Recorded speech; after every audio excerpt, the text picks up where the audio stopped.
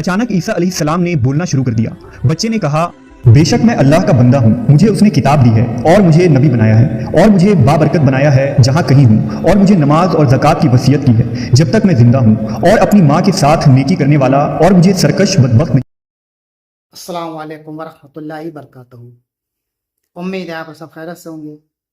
मैं भी अल्हम्दुलिल्लाह अल्लाह का लाख लाख शुक्र है, एहसान है, खैरत से हूँ।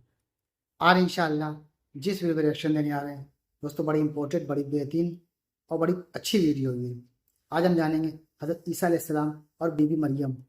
दोस्तों, अल्लाह ताला तो कुछ भी कर सकता है। सोचिए, बीबी मरियम जिनको कभी किसी शादी भी नहीं हुई, कुछ भी नहीं हुई, और वो हज़रत ईसा अलैहिस्सलाम की माँ बनी। तो ये ही पूरी हम जानेंगे।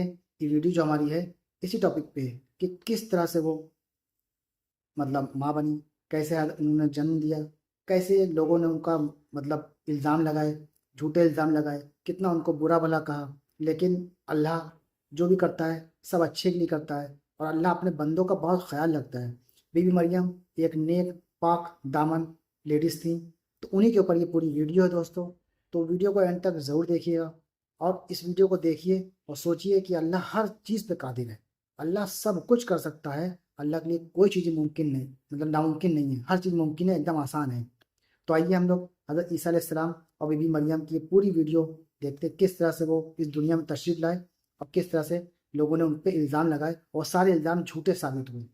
तो चलिए पहले बिना देरी वीडियो स्टार्ट करते हैं, फिर इंशाल्लाह बात करते हैं। वीडियो अच्छी लगा करे तो उसको लाइक शेयर सब्सक्राइब ज़रूर किया करिए। उस पाक खातून के पास अल्लाह का फरिश्ता आया और कहा, ए कुंवारी मरियम, अल्लाह तुझे एक नेक औलाद अता करना चाहता है। खातून ने कहा, ये कैसे मुमकिन है जबकि मुझे किसी मर्द ने छुआ तक नहीं। फरिश्ते ने कहा, ऐसा करना तेरे रब के लिए बहुत आसान है। वो नेक और पारसा खातून कौन थी जो क़यामत तक पाकदामनी की मिसाल बन गई? वो खातून जिसे अल्लाह ने अपने ज़माने के तमाम औरतों पर बरतरी अता फरमाई।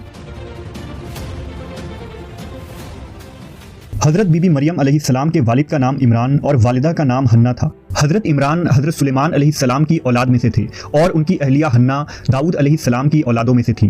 हज़रत इमरान बनी इसराइल में बड़े आबिद, जाहिद और आलिम थे, इसलिए मस्जिद अक्सा की इमामत लोगों ने आपके सुपुर्द की हुई थी। हज़रत हन्ना के यहाँ औलाद न थी।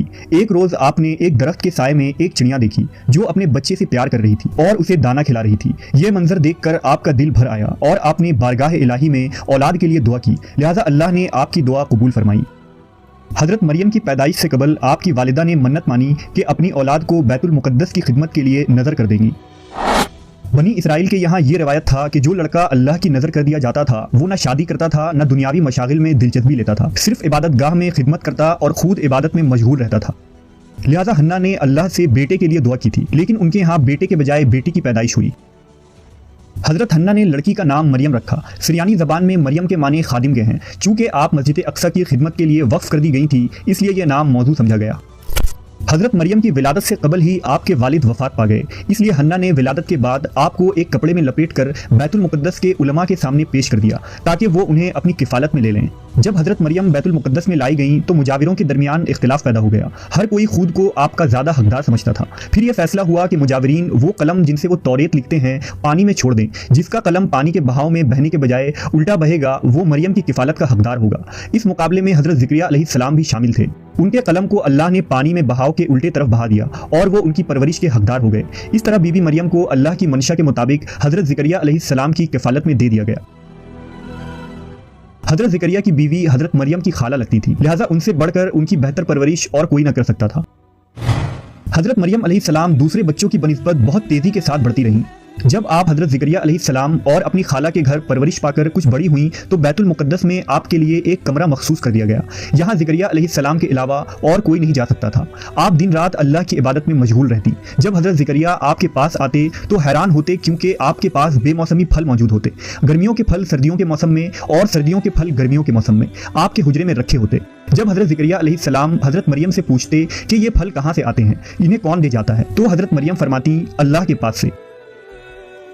अल्लाह ने बीबी मरियम को पसंदीदा और मोमिना बंदी में शुमार किया था, जैसा कि सूरह आले इमरान में इरशाद हुआ, और जब फरिश्तों ने कहा, ए मरियम, बेशक अल्लाह ने चुन लिया है तुम्हें और खूब पाक कर दिया है और पसंद किया है तुम्हें सारे जहान की औरतों से। ए मरियम, खुलूस से इबादत करती रहो अपने रब की और सजदा और रुकू करने वालों के साथ।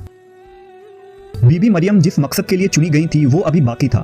آپ دن رات اللہ رب العزت کی عبادت و ریاضت میں مشغول رہتی تھی، یہاں تک کہ بنی اسرائیل میں یہ مشہور ہو گیا کہ بی بی مریم نہایت ہی عبادت گزار، پاکیزہ اور متقی خاتون ہیں، اور لوگ آپ کا بہت عزت و احترام کرنے لگے۔ پھر وہ وقت آیا جب جبرائیل علیہ السلام حضرت مریم کے پاس تشریف لائے۔ بی بی مریم ایک غیر مرد کو اپنے حجرے میں دیکھ کر پریشان ہو گئیں۔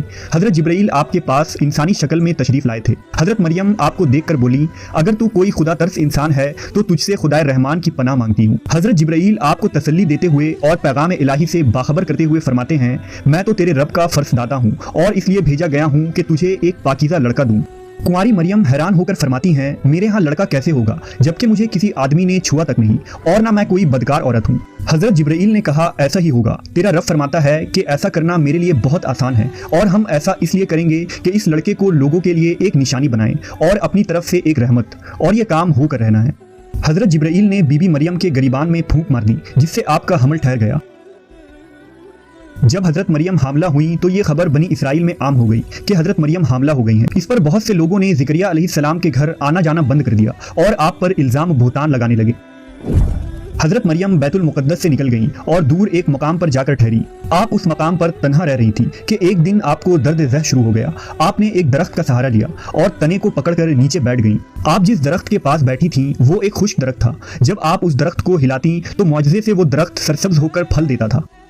حضرت مریم درد سے بے چین تھیں، بدنامی کا خیال تھا۔ آخر گھبرا کر کہنے لگیں کہ کاش میں پہلے مر گئی ہوتی اور بھولی بسی ہو گئی ہوتی۔ اس مشکل وقت میں اللہ نے حضرت مریم کے قدموں کے قریب ایک نہر جاری کر دیا۔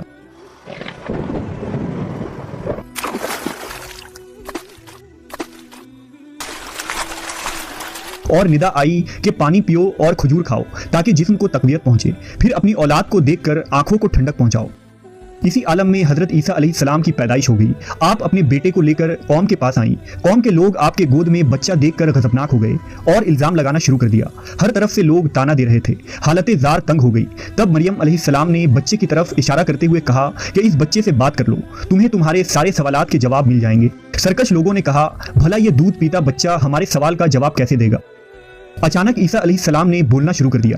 بچے نے کہا، بے شک میں اللہ کا بندہ ہوں، مجھے اس نے کتاب دی ہے اور مجھے نبی بنایا ہے اور مجھے بابرکت بنایا ہے جہاں کہیں ہوں، اور مجھے نماز اور زکوٰۃ کی وصیت کی ہے جب تک میں زندہ ہوں، اور اپنی ماں کے ساتھ نیکی کرنے والا، اور مجھے سرکش بدبخت نہیں بنایا، اور مجھ پر سلام ہے جس دن میں پیدا ہوا اور جس دن مروں گا اور جس دن زندہ کر کے اٹھایا جاؤں گا۔ اس کے بعد حضرت مریم حضرت عیسیٰ علیہ السلام کو لے کر مصر چلی گئیں۔ جب حضرت عیسیٰ علیہ السلام کی عمر مبارک 13 سال ہوئی تو بیت المقدس واپس آ گئیں۔ تو دوستوں، یہ تھا ہمارا ایکشن جو آپ نے دیکھا، بی بی مریم کا پورا واقعہ اس ویڈیو کے ذریعے سے ہم نے جانا۔ اور واقعے میں اللہ ہر چیز پہ قادر ہے، اللہ کچھ بھی کر سکتا ہے، اللہ کے لیے کوئی چیز بھی ناممکن نہیں ہے۔ کس طرح سے سوچیے، حضرت عیسیٰ علیہ السلام کی پیدائش ہوئی اور بچہ خود ہی اس نے گواہی دے دی۔ تو ایک نیک پاک دامن بی بی مریم کی یہ پوری ویڈیو ہم نے دیکھی، ان کے بارے میں سمجھا۔ تو امید ہے دوستوں آپ کو ویڈیو ہماری اچھی لگی ہوگی۔ ویڈیو اچھی لگی ہو تو اس کو شیئر کریے گا۔ ہم ملیں گے آپ سے انشاءاللہ نیکسٹ ویڈیو میں، تب تک کے لیے السلام علیکم ورحمۃ اللہ وبرکاتہ۔